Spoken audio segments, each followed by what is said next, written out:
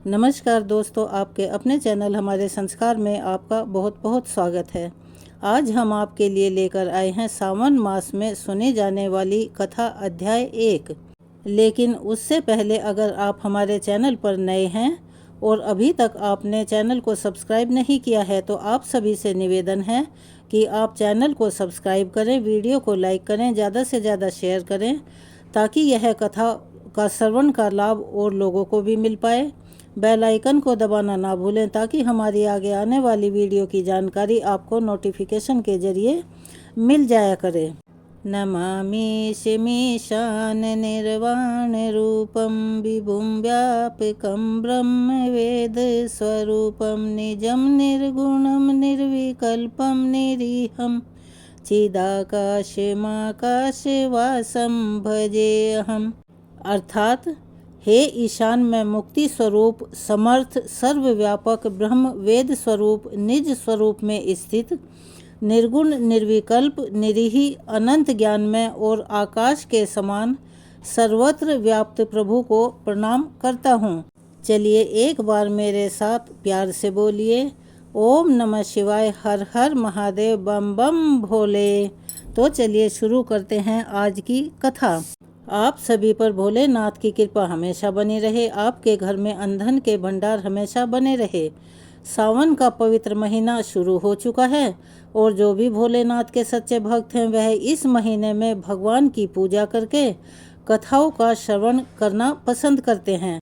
किसी कारणवश हम 2 दिन लेट हो गए हैं, उसके लिए प्लीज़ हमें माफ़ कीजिएगा, लेकिन कोई बात नहीं, हम आगे इस चीज़ को रिकवर कर लेंगे। तो चलिए शुरू करते हैं कथा। भगवान नारायण नर श्रेष्ठ नर सरस्वती देवी तथा व्यास जी को नमस्कार करके इतिहास पुराण का पाठ करना चाहिए। नैमिषारण्य के निवासी महर्षियों ने लोमहर्षण सूत जी से एक बार पूछा कि हे महाबुद्धिमान सूत जी, प्रभास अक्षेत्र का क्या महात्म्य है, यह हमें बताने की कृपा करें। मुनियों का यह वचन सुनकर सूत जी अपने गुरुदेव सत्यवती नंदन व्यास जी को प्रणाम करके इस प्रकार बोले, जिनका वक्ष स्थल श्री वत्स चिन्ह से सुशोभित है, जो संपूर्ण जगत के उत्पत्ति स्थान सबको मोहने वाले, इच्छानुसार रूप धारण करने वाले अपरमेय गुरुदेव निर्भय आश्रय हंस, आकाश की तरह सर्वव्यापी, अयास शून्य प्रपंच से परे, निरंजन, ध्येय तथा ध्यान से रहित हैं। ज्ञानी जन जिन्हें आस्ति नास्ति अर्थात भाव अभाव स्वरूप कहते हैं और जो दूर से दूर और निकट से निकट हैं, मन से जिनका ग्रहण नहीं हो सकता, जो परम धाम परम पुरुष नाम से प्रसिद्ध जन्म हृदय कमल के आसन पर विराजमान, तेजो रूप तथा इंद्रिय रहित हैं, ऐसे परमात्मा को नमस्कार करके मैं पाप नाशिनी कथा आरंभ करता हूँ। आप सभी अब ध्यानपूर्वक और सावधान होकर सुनिए। यह कथा श्रद्धालु और शांत द्विजों को सुनाने योग्य है। जैसे सब देवताओं में देव महेश्वर श्रेष्ठ हैं, जिस प्रकार नदियों में गंगा, वर्णों में ब्राह्मण, अक्षरों में ओमकार, पूजनियों में माता तथा गुरुजनों में पिता श्रेष्ठ हैं, उसी प्रकार सभी शास्त्रों में स्कंद पुराण उत्तम है। पूर्व काल में कैलाश पर्वत के शिखर पर ब्रह्मादि देवों के साथ पिनाकधारी शिव ने पार्वती जी के सम्मुख स्कंद पुराण सुनाया था। फिर पार्वती जी ने अपने पुत्र स्कंद को, स्कंद ने नंदीगण को, नंदी ने कुमार अर्थात स्कंदादि को और कुमार ने परम बुद्धिमान व्यास जी को सुनाया था। व्यास जी के मुख से कही हुई उसी कथा को मैं आप लोगों के सामने कहता हूँ। आप सब महर्षि सद्भाव से युक्त हैं, इसीलिए मुझे आपको स्कंद पुराण संहिता सुनाने के लिए उत्साह हो रहा है। प्राचीन काल में ब्रह्मा जी ने बड़ा कठिन तप किया। जब 6 अंग पद और क्रम के सहित वेद प्रकट हुए और फिर सर्वशास्त्र में संपूर्ण पुराण का प्रादुर्भाव हुआ, जो नित्य शब्द में पुण्य जनक तथा 100 करोड़ श्लोकों से विस्तार को प्राप्त हुआ है। ब्रह्मा जी के मुख से क्रमशः ब्रह्म पुराण, विष्णु पुराण, शिव पुराण, स्कंद पुराण, भागवत पुराण, भविष्य पुराण, नारदीय पुराण, मार्कंडेय पुराण, आग्नेय पुराण, ब्रह्म वैवर्त पुराण, लिंग पुराण, पद्म पुराण, वाराह पुराण, वामन पुराण, कूर्म पुराण, मत्स्य पुराण, गरुड़ पुराण और वायु पुराण का प्राकट्य हुआ। इन 18 पुराणों का नाम उच्चारण सभी पापों का नाश करने वाला है। इसके सिवाय मुनियों ने 18 उप पुराण भी बताए हैं। सनत कुमार, नरसिंह, स्कंद, नंदीश्वर, कथित, शिव, धर्म, दुर्वासा, नारद, कपिल, मनु, उष्ण, ब्रह्मांड, वरुण, कलिका, माहेश्वर, साम, सौर, पाराशर, मारीच तथा भार्गव। हे ब्राह्मणों, यह उप पुराणों के नाम बताए गए हैं। तब ऋषिगण कहने लगे, हे सूत जी, अब हम तीर्थों का विस्तृत वर्णन भी सुनना चाहते हैं। श्री सूत जी कहने लगे, हे ब्राह्मणों, प्राचीन काल में पर्वत श्रेष्ठ कैलाश पर देवी पार्वती ने एक समय यही बात पूछी थी। वह प्रसंग अब मैं सुनाता हूँ। एक समय की बात है, गिरिराज कुमारी उमा ने अत्यंत विस्मित होकर महादेव जी के मुख की ओर देखा और हाथ जोड़कर बड़ी ही मधुर वाणी में कहा, जय हे जगन्नाथ, हे महेश्वर, मैंने आपको प्रसन्न करने की इच्छा से अनेक जन्मों तक आपके स्वरूप का अनुसंधान किया, किंतु आपका कहीं अंत ही नहीं मिला। देव, आपका रूप अनंत है। आपको नमस्कार है। आप वेद के रहस्य तथा वेद वाणी द्वारा प्रशंसक हैं। आपको नमस्कार है। आप सदा शमशान भूमि में रमते रहते हैं और आकाश में भी विचरण करते हैं। आपको नमस्कार है। देवी पार्वती के मुख से ऐसे वचनों को सुनकर भगवान शिव बोले, हे देवेश्वरी, मैं तुम्हारा सृष्टा हूँ और तुम संपूर्ण जगत की सृष्टि करती हो। तुम्हारे और मेरे द्वारा ही इस संपूर्ण जगत का ओतप्रोत है। मैं और तुम दोनों संपूर्ण ऐश्वर्य शक्ति से युक्त होकर सभी प्राणियों के भीतर स्थित हैं, सब और प्रतिष्ठित हैं। मैं तुम्हारे साथ खेल करता हूँ। तुम ही धृति और धारणा शक्ति हो। तुम ही प्रकृति हो, सदा मेरे अंगों में निवास करने वाली हो। अधिक क्या कहूँ, तुम मुझे प्राणों से भी बढ़कर प्रिय हो। तुम्हारे मन में जो भी इच्छा हो उसके अनुसार वर मांगो। तब देवी बोली, हे जगन्नाथ, मैं धन्य हूँ, पुण्यात्मा हूँ और मैंने उत्तम तप का अनुष्ठान किया है, जिससे आपने मेरी ओर हर्ष भरी दृष्टि से देखा है। देव, इस समय मुझसे सब तीर्थों का विस्तार पूर्वक वर्णन कीजिए। देवी पार्वती की बातों को सुनकर भगवान शिव कहने लगे, देवेश्वरी तीर्थों का दर्शन और उनमें स्थान परम कल्याणकारी है। श्रेष्ठ मुनिगण तीर्थों के श्रवण की भी प्रशंसा करते हैं।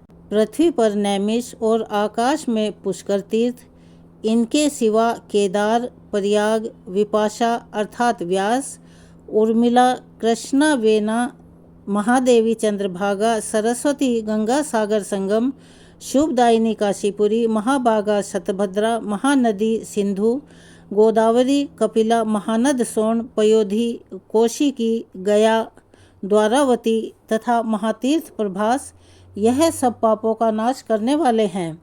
यह सब तीर्थ जो इस समय पृथ्वी पर उपस्थित हैं, उनका दर्शन करके मनुष्य का फिर इस संसार में दोबारा जन्म नहीं होता।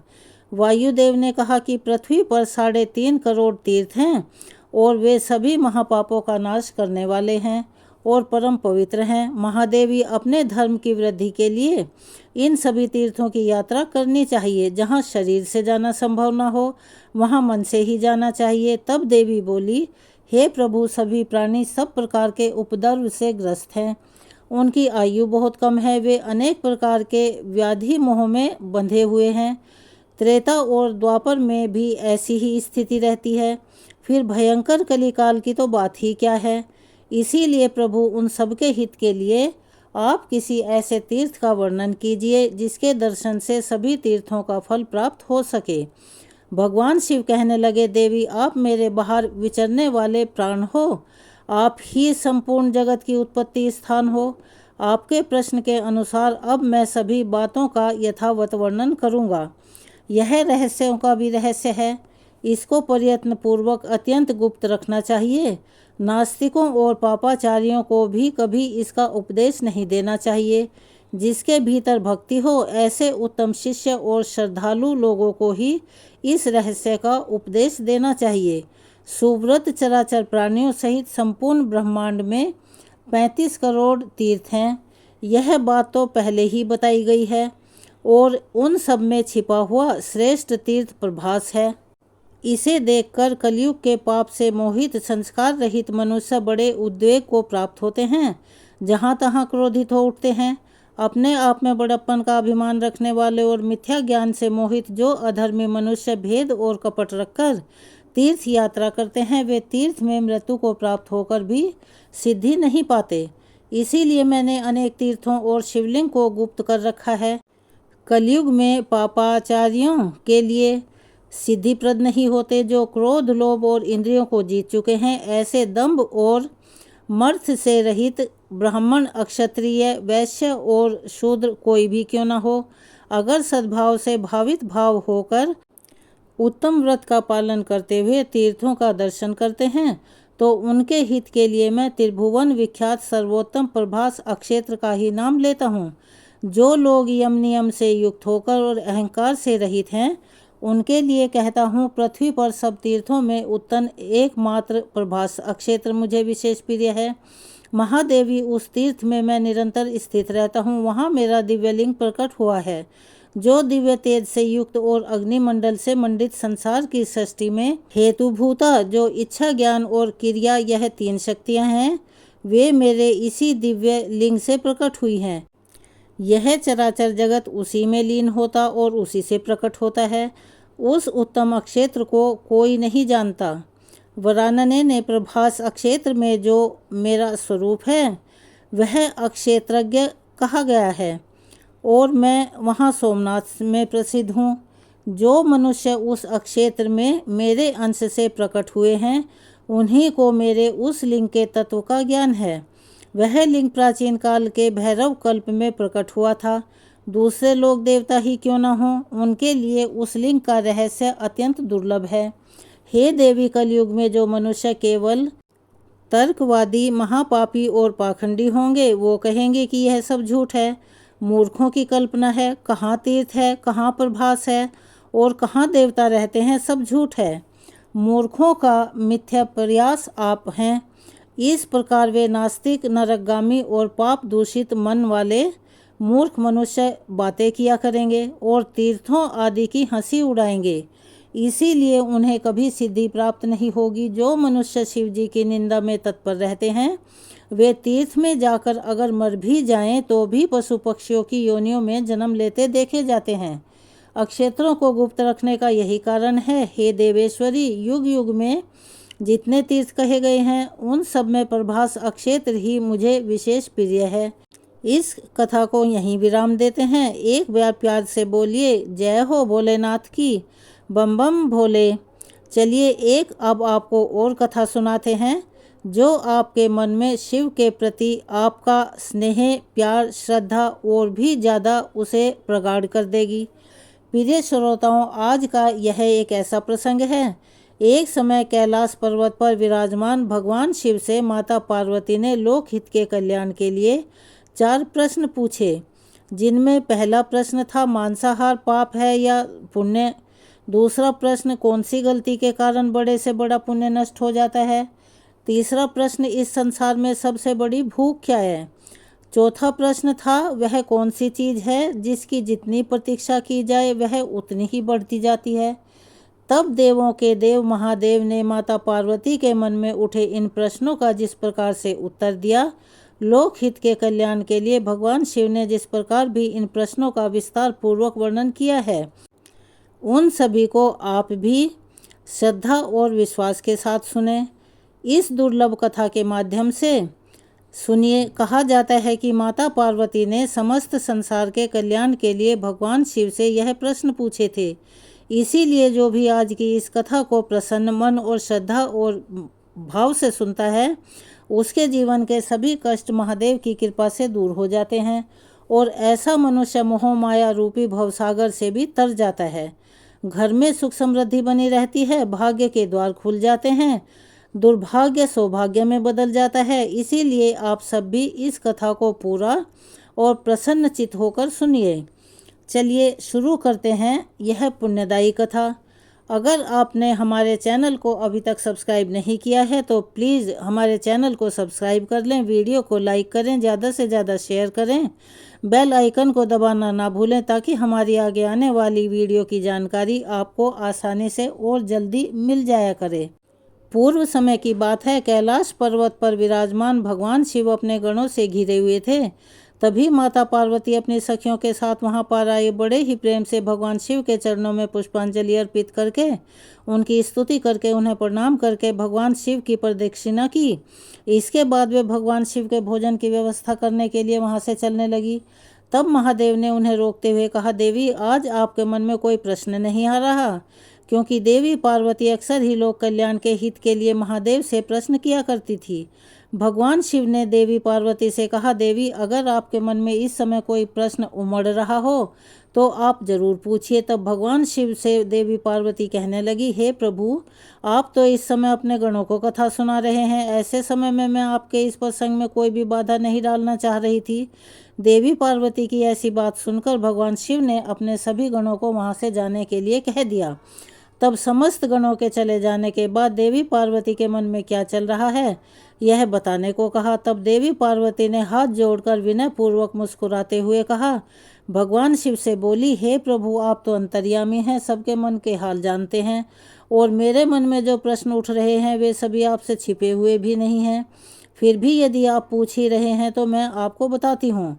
तब माता पार्वती ने भोलेनाथ के समीप बैठते हुए कहा, हे भोलेनाथ, आज मैंने पृथ्वी पर भ्रमण करते हुए जो कुछ भी देखा उसके बाद मेरे मन में 4 प्रश्न उठ रहे हैं। कृपया आप इन 4 प्रश्नों के उत्तर देने की कृपया करें। तब भोलेनाथ ने कहा, हे देवी, आपके मन में जो भी प्रश्न उठ रहे हैं आप उन्हें बिना किसी संकोच के मुझसे कहिए। मैं निश्चय ही उन सभी प्रश्नों के उत्तर देकर आपको संतुष्ट करने का प्रयास करूंगा। आपका पहला प्रश्न क्या है? पहले आप अपने पहले प्रश्न के विषय में पूछिए। तब देवी पार्वती कहने लगी, महादेव, मेरा पहला प्रश्न है कि मांसाहार पाप है या पुण्य है? और मेरा दूसरा प्रश्न है, कौन सी छोटी गलती के कारण बड़े से बड़ा पुण्य भी नष्ट हो जाता है? मेरा तीसरा प्रश्न प्रभु यह है कि इस संसार में सबसे बड़ी भूख क्या है जो कभी मिटती ही नहीं? और चौथा प्रश्न है कि वह कौन सी चीज़ है जिसकी जितनी प्रतीक्षा करो वह उतनी ही बढ़ती जाती है। तब भगवान शिव ने देवी पार्वती के मन के संशय को दूर करते हुए कहा कि हे देवी, अब मैं आपके इन सभी प्रश्नों का उत्तर एक कथा के माध्यम से देने जा रहा हूँ। आप ध्यानपूर्वक और श्रद्धा भाव से श्रवण कीजिए।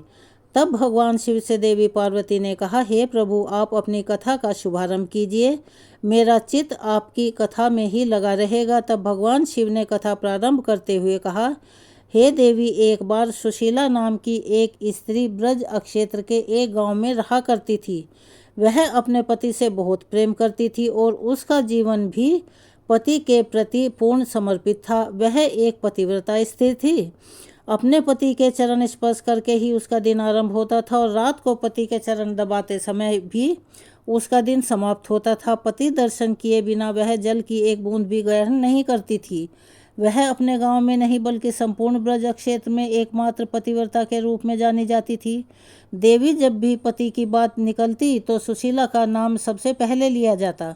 सुशीला को भी यह बात पता थी। सुशीला भी इस बारे में जानती थी कि चारों तरफ मेरी बड़ाई होती है। एक दिन मैं अपनी सहेली के साथ उसके घर गई। वहां जाकर उसने देखा कि सहेली के घर में तो तरह तरह के व्यंजन बनाए गए हैं। उन स्वादिष्ट व्यंजनों की खुशबू पूरे घर भर में फैल रही थी। तब सुशीला ने अपनी सहेली से पूछा, कहो सखी, आज तुम्हारे घर में कोई विशेष आयोजन है क्या? तुम्हारे घर से इतने स्वादिष्ट व्यंजनों की खुशबू आ रही है। सहेली बोली, नहीं बहन, ऐसी कोई बात नहीं है। तब सुशीला कहने लगी, तो अच्छा, अवश्य ही तुमने यह स्वादिष्ट भोजन अपने पति के लिए बनाए होंगे। सहेली कहने लगी, नहीं, मेरे पतिदेव तो परदेश गए हुए हैं और यह सब तो मैंने अपने लिए ही बनाया है। अपनी सहेली की यह बात सुनकर पतिव्रता सुशीला तो हैरान रह गई। तब वह अपनी सहेली से बोली, सखी, तुम कैसी पत्नी हो? तुम्हारा पति इस समय परदेश गया हुआ है और तुम अपने लिए पति की अनुपस्थिति में स्वादिष्ट भोजन बना रही हो और खा रही हो। पतिव्रता स्त्री तो पति के दर्शन किए बिना जल की बूंद तक ग्रहण नहीं करनी चाहिए। अब मुझे ही देख लो, मैं जब तक अपने पति का मुख नहीं देख लेती हूँ जल ग्रहण नहीं करती। सुशीला की यह बात सुनकर सहेली नाराज होकर बोली, सुशीला बहन, यदि पति के यहाँ न होने पर मैं व्यंजन बना रही हूँ और भोजन कर रही हूँ तो इसका यह अर्थ तो बिल्कुल नहीं होता कि मैं उनसे प्रेम नहीं करती। मैं उनके सामने भी खुश रहती हूँ और इसी तरह खाती पीती हूँ और उनके पीछे भी व्यर्थ का ढकोसला मुझे बिल्कुल नहीं करना आता और ना ही मेरे पति यह चाहते हैं कि मैं उनके सामने कोई ढकोसला करूं। वे मुझे स्वस्थ और प्रसन्न देखना चाहते हैं और कहते हैं, मैं इसीलिए तो कमाता हूँ ताकि तुम भूखी ना रहो। हम दोनों पति पत्नी एक दूसरे से बहुत प्रेम भी करते हैं और उसे जताने के लिए या दिखाने के लिए हमें अन्न या फिर जल त्यागने की तो बिल्कुल भी ज़रूरत नहीं है। भगवान शिव देवी पार्वती से कहते हैं, देवी इस प्रकार से सुशीला की सहेली ने जवाब दिया। सहेली का इस तरह दो टूक उत्तर सुनकर सुशीला को बहुत बुरा लगा और वह बिना कुछ कहे रह नहीं सकी। उसने अपनी सहेली से कहा, सखी तुम्हारे अनुसार जो कुछ सही है तुम वो करो, किंतु मैं वह कहूँगी कि एक पतिव्रता स्त्री का यह धर्म बिल्कुल नहीं है। शास्त्रों के अनुसार पतिव्रता स्त्री को पति का मुख देखे बिना या उनके खाए बिना अन्न जल ग्रहण नहीं करना चाहिए। ऐसा कहकर सुशीला अपने घर चली गई। घर आकर उन्होंने यह सारी बात अपने पति को बताई और पूछा, हे पतिदेव बताइए क्या मैं गलत हूँ। पति सुशीला के अपने प्रति कर्तव्य परायणता और प्रेम से अभिभूत था। वह जानता था कि उसकी पत्नी उससे कितना प्रेम करती है, किंतु यह भी सोचा करता था कि पति के दर्शन किए बिना अन्न या जल ग्रहण करना बिल्कुल भी व्यवहारिक नहीं है।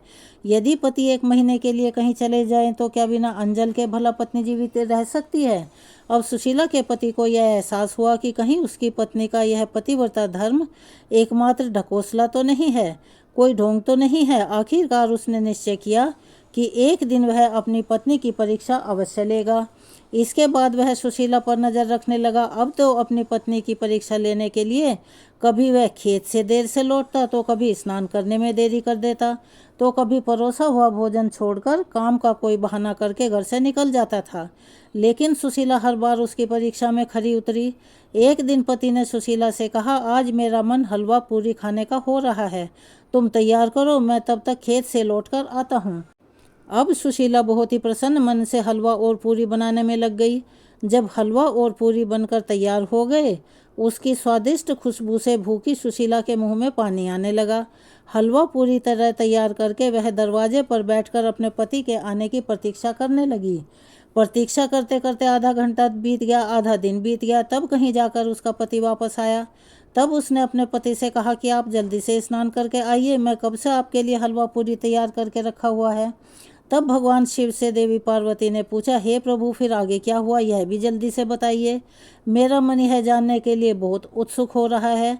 तब भगवान शिव ने मुस्कुराते हुए कहा, देवी स्नान करने के बाद सुशीला का पति जब वह आया तो वह अपनी पत्नी से बोला कि तुम थोड़ी देर और इंतजार करो, मुझे कुछ ज़रूरी काम है, मैं अपने मित्र के पास जा रहा हूँ। ऐसा कहकर वह कोई और बात सुने बिना अपने मित्र के यहाँ चला गया।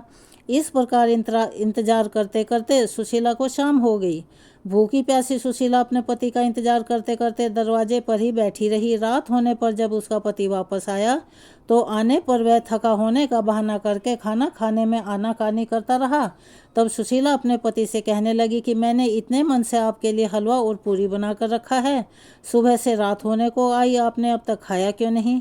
अब की बार बहाना बनाते हुए जैसे ही सुशीला का पति घर से बाहर जाने लगा, तब घर के ही द्वार पर उसके पति का पैर फिसल गया और वह वहीं पर मूर्छित होकर गिर पड़ा। सुशीला ने अपने पति को हिलाने की बहुत कोशिश की, लेकिन उसने देखा कि उसके पति की तो आंखें फैल चुकी थी। सुशीला समझ चुकी थी कि अब उसका पति इस संसार में नहीं रहा। यह देखकर सुशीला बहुत जोर जोर से करुण स्वर में विलाप करने लगी। महादेव की यह बात सुनकर देवी पार्वती सहम गई और उन्हें सुशीला के प्रति सहानुभूति होने लगी। तब भगवान शिव से उन्होंने पूछा, हे महादेव फिर आगे क्या हुआ, जल्दी बताइए। तब भगवान शिव ने कहा, देवी पति की मृत्यु का दुख सुशीला को बहुत था, लेकिन सुबह से रात होने तक भूखी बैठी सुशीला के मन में अब भी सुबह बनाए गए हलवा और पूरी घूमने लगे। अचानक वह रोते रोते चुप हो गई और मन में सोचने लगी, मेरा पति तो मर चुका है, अगर जोर जोर से रोऊंगी तो आज अभी पड़ोसी एकत्रित हो जाएंगे और फिर सुबह से मैंने हलवा और पूरी बनाकर रखा है तो उसे खाने का अवसर भी प्राप्त नहीं होगा। क्यों ना पहले मैं हलवा पूरी ही खा लूं, उसके बाद ही अपने पति की मृत्यु पर विलाप करूंगी। ऐसा सोचकर सुशीला रसोई घर में जाकर झटपट हलवा और पूरी खाने लगी। भगवान शिव देवी पार्वती से कहते हैं, देवी दरअसल सुशीला का पति उसकी परीक्षा ले रहा था। वह वास्तव में मरा नहीं था, बल्कि वह तो चुपके चुपके सुशीला को देख रहा था। पेट भरकर हलवा पूरी खाने के बाद सुशीला मुंह धोकर लंबा सा घूंघट काटकर पति के सामने गई और उसे अपने सीने से लगाकर जोर जोर से दहाड़ मारकर रोने लगी। साथ ही साथ कहती चली जा रही थी कि तुम तो चले गए और मैं यहाँ अकेली रह गई। कितना अच्छा होता कि तुम मुझे भी अपने साथ ही ले जाते। तभी उसका पति उठ बैठा और कहने लगा कि हलवा पूरी खाकर डकार मारकर बैठी है और आंसू बहा रही है। मैं तेरा सारा हाल जानता हूँ। अब तो पति के सामने सुशीला की सारी सच्चाई आ चुकी थी। वह बहुत ही लज्जित हुई। सुशीला समझ गई कि उसका पति जीवित है और मरने का नाटक कर रहा है। शर्म के मारे उसने अपना सिर झुका लिया और सोचने लगी कि क्यों ना मैंने अपनी जीभ पर नियंत्रण रखा, किंतु अब तो उसके पतिव्रता धर्म की पोल खुल चुकी थी। भगवान शिव कहते हैं, देवी इस दिन के बाद से उसने कभी भी अपने पतिव्रता होने का ढोंग नहीं पीटा। प्रिय श्रोताओं, ऐसा कहने के बाद भगवान शिव देवी पार्वती से कहते हैं, देवी आपके बाकी 3 प्रश्नों के उत्तर भी इस कथा में हैं। आपका पहला प्रश्न यह था कि कौन सी भूल के कारण बड़े से बड़ा पुण्य नष्ट हो जाता है, तो देवी इसका उत्तर है ढिंडोरा पीटना। अगर कोई भी मनुष्य कोई भी पुण्य करता है, चाहे वह छोटा हो या बड़ा हो, अगर वह उसका ढिंडोरा पीटता है या सब लोगों के सामने गुणगान करता है, तो उसका वह पुण्य अति शीघ्र नष्ट हो जाता है, चाहे व्यक्ति कितना भी प्रयास करे। यदि बड़े से बड़ा पुण्य भी उसने किया हो तो उसे भी उसका कभी गुणगान नहीं करना चाहिए, वह उसी अक्षर नष्ट हो जाता है। ऐसे पुण्य का कभी भी कोई फल नहीं मिलता। देवी पार्वती, अब आपका दूसरा प्रश्न यह है कि संसार में सबसे बड़ी भूख क्या है? तो हे देवी, इस संसार में सबसे बड़ी भूख है भोजन। और आपका तीसरा प्रश्न था कि कौन सी ऐसी चीज़ है जिसकी जितनी प्रतीक्षा करो वह उतनी ही बढ़ती है? तो हे देवी, इसका उत्तर भी भूख है। जिसकी जितनी प्रतीक्षा करो भूख उतनी ही बढ़ती जाती है। जिस तरह सुशीला की भूख लगातार बढ़ती ही गई। देवी पार्वती ने कहा, प्रभु आपने 3 प्रश्नों का उत्तर तो दे दिया, जिनके उत्तर सुनकर मैं संतुष्ट हूँ, लेकिन मेरा चौथा प्रश्न अभी शेष है। कृपया उसका उत्तर देने की कृपा करें। तब देवी पार्वती ने भगवान शिव से कहा, तो शिव ने कहा कि देवी, इस विषय में भी मैं आपको एक कथा सुनाता हूँ, जिसे आप बहुत ही ध्यान से सुनिएगा। पार्वती, वह कथा इस प्रकार है। मेरी इस छोटी सी कथा को सुनने के बाद तुम ही उत्तर देना कि मांसाहार पाप है या पुण्य। एक बार मगध देश में खाद्य संकट खड़ा हो गया, तो अन्न का उत्पादन बहुत कम था। अब राजा को चिंता हुई कि अगर इस समस्या का बहुत जल्दी समाधान नहीं किया गया तो इकट्ठा अनाज कोष भी खत्म हो जाएगा और भीषण अन्य संकट उपस्थित हो जाएगा। तब सम्राट ने अपनी राज्यसभा में कुछ विद्वानों से पूछा कि देश में व्याप्त अन्न समस्या को सुलझाने के लिए सबसे सस्ती वस्तु क्या है। मंत्रीगण सोचने लगे, चावल, गेहूं, सब्जी इत्यादि इन पदार्थों को उगाने के लिए बहुत अधिक मेहनत लगती है, तभी वह प्राप्त होते हैं जब प्रकृति का प्रकोप ना हो, तो ऐसे में कुछ सस्ता हो ही नहीं सकता। तब भगवान शिव कहते हैं, हे देवी, शिकार का शौक रखने वाले एक मंत्री ने सोचा कि यही सबसे उत्तम अवसर है, क्यों ना अंधाधुंध शिकार करने के लिए राजा की आज्ञा ले ली जाए। तब उसने भरी सभा में कहा कि महाराज, सबसे सस्ता खाद्य पदार्थ है मांस। इसके लिए धन खर्च करने की भी जरूरत नहीं है और पौष्टिक खाना भी मिलता है।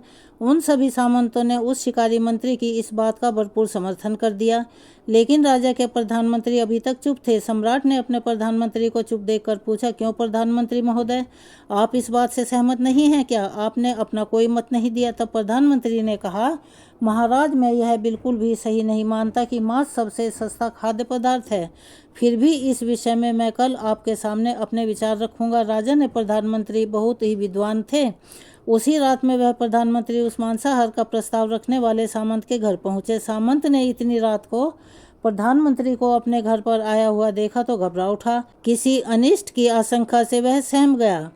तब राजा के प्रधानमंत्री ने उस सामंत से कहा कि अभी अभी शाम के समय महाराज बीमार हो गए हैं और उनकी हालत बहुत खराब है, और राजवैद्य ने कहा है कि अगर किसी शक्तिशाली का 2 तोला मांस मिल जाए तो राजा के प्राण बचाए जा सकते हैं। आप महाराज के सबसे बड़े विश्वास पात्र हैं, इसीलिए आपसे योग्य भला कौन होगा। इसके लिए आप जो भी मूल्य लेना चाहेंगे आप ले सकते हैं। अगर आप कहें तो इस नेक काम के लिए मैं आपको 1 लाख स्वर्ण मुद्राएं भी दे सकता हूँ। या आप एक बड़ी जागीर अपने लिए मांग सकते हैं। बस आप तो अपनी इच्छा कहिए, मैं अपनी इस तलवार से आपके हृदय को चीरकर बस 2 तोला मांस निकाल लूँगा। प्रधानमंत्री की बात सुनकर तो सामंत के चेहरे का रंग ही उड़ गया। अब वह सोचने लगा कि जब वह जीवित ही नहीं रहेगा तो लाख स्वर्ण मुद्राओं को लेकर क्या करेगा, और इतनी बड़ी जागीर का भी भला उसके किस काम आएगी। वह डर के मारे झटपट अंदर भागा और अपनी तिजोरी से 1 लाख स्वर्ण मुद्राएं लेकर आया और प्रधानमंत्री को देकर उसके पैर पकड़ लिए और गिड़गिड़ाते हुए बोला, श्रीमान जी, मैं आपकी 1 लाख मुद्राओं में से अपनी 1 लाख मुद्रा और मिलाता हूँ। इस पैसे से आप किसी और सामंत के हृदय का मांस खरीद लीजिए, किंतु मुझे मेरी जान बख्श दीजिए।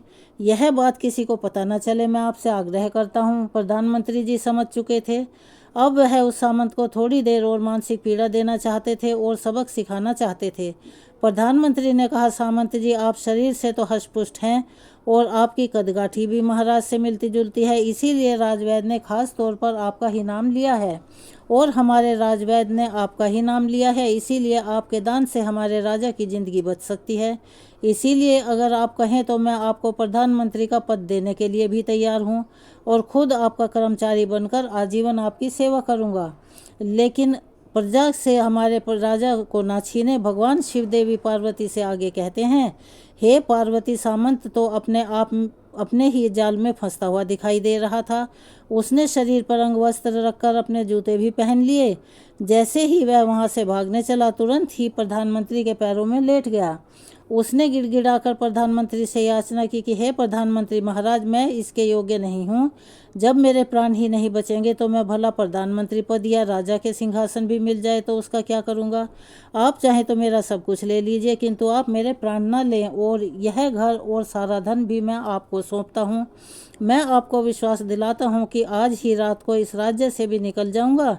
ऐसा कहकर वह अपने घोड़े की ओर भागा। जैसे ही वह अपना घोड़ा उठाने लगा, तभी आवाज़ आई कि अभी अभी तो तुम अपने पीछे अपने परिवार को भी छोड़कर जा रहे हो। तब सामंत बोला, मेरे प्राण से बढ़कर मेरे लिए और कुछ भी नहीं है, परिवार भी नहीं है। अरे, जब यह जीवन ही नहीं रहेगा तो मैं परिवार का क्या करूँगा।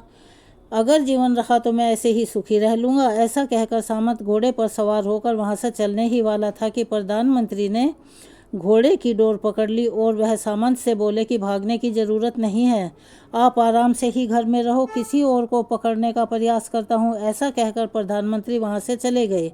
प्रधानमंत्री के वहाँ से जाने पर सामंत के बेचैन हृदय को थोड़ी सी शांति मिली। अब उसका डर कुछ कम हुआ। वह रात को बिस्तर पर लेटा, लेकिन मारे घबराहट के उसकी नींद उड़ चुकी थी। उधर प्रधानमंत्री उन मुद्राओं को लेकर बाकी सामंतों के पास पहुँचे और राजा की जान बचाने के बदले 2 तोला मांस मांगा, लेकिन सभी सामंतों ने अपने प्राण बचाने की गुहार लगाई। किसी ने भी राजा के लिए अपने मांस का दान नहीं किया, बल्कि प्रधानमंत्री से अपनी जान बख्श देने के लिए, अपने बचाव के लिए सबने 1-1 लाख और मुद्राएं दे दी। इस प्रकार प्रधानमंत्री ने एक ही रात में करोड़ मुद्राएं जमा कर ली। फिर सुबह होने से पहले ही प्रधानमंत्री अपने महल में पहुंच गया।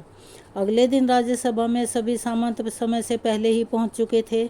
सभी यह जानना चाहते थे कि राजा स्वस्थ है या नहीं, लेकिन कोई भी किसी से भेद नहीं खोलना चाहता था।